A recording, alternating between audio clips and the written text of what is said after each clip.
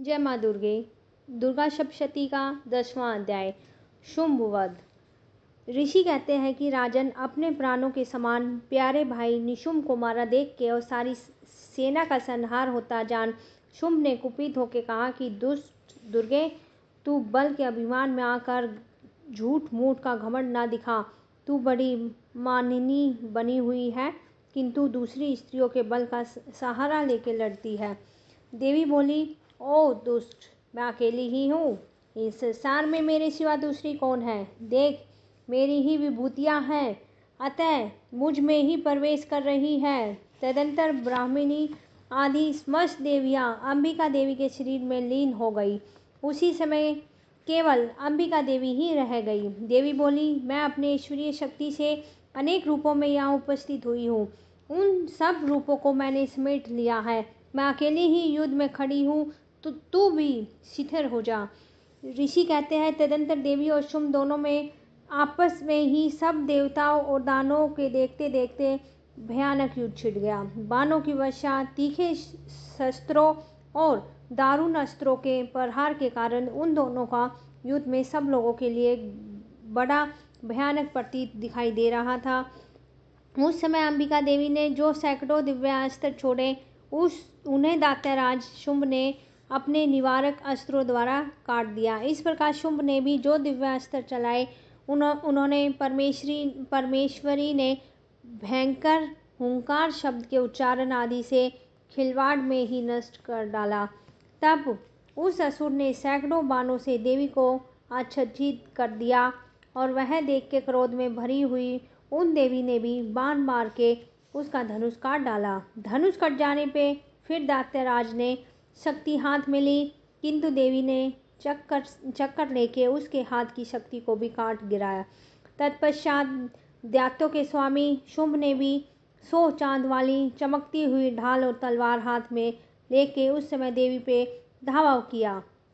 उसके आते ही चंडिका ने अपने धनुष से छोड़े हुए तीखे बाणों द्वारा उसकी सूर्य किरणों के समान उज्जवल ढाल और तलवार को तुरंत ही काट डाला। फिर उस दैत्य के घोड़े और सारथी को मार गिराया। धनुष तो पहले ही कट चुका था, अब उसने अंबिका को मारने के लिए दूसरा भयंकर मुदगर हाथ में लिया।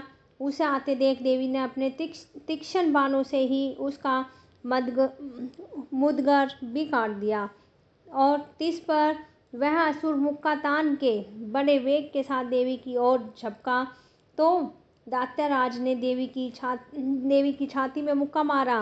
तब उस देवी ने उसकी छाती में एक चांटा जड़ दिया।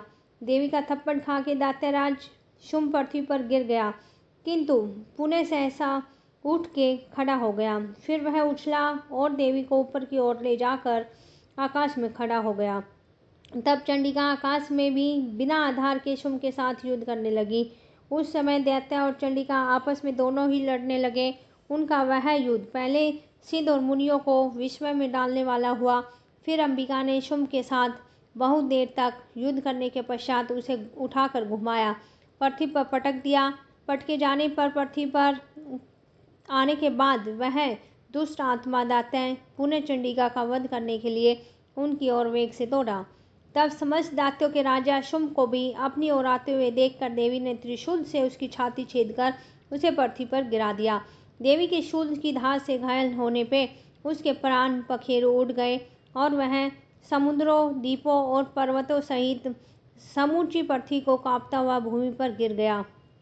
तदंतर उस दुरात्मा के मारे जाने पर समस्त जगत प्रसन्न एवं पूर्ण स्वस्थ हो गया और आकाश स्वच्छ दिखाई देने लगा। जो पहले उत्पात सूचक मेघ और उल्कापात होते थे, वे भी शांत हो गए और उस दैत्य के मारे जाने पर नदियाँ भी ठीक से बहने लगी। उस समय शुंभ की मृत्यु के बाद संपूर्ण देवताओं का हृदय हर्ष में भर गया। गंधर्वगण मधुर गीत गाने लगे, दूसरे गंधर्व बाजे बजाने लगे और अप्सराएं नाचने लगी। पवित्र वायु बहने लगी, सूर्य की प्रभा उत्तम हो गई, अग्निशाला की बुझी हुई आग अपने आप ही प्रज्वलित हो उठी और संपूर्ण दिशाओं के भयानक शब्द शांत हो गए। इस तरह दुर्गा सप्तशती का शुंभ वध नामक 10वां अध्याय पूरा होता है। धन्यवाद।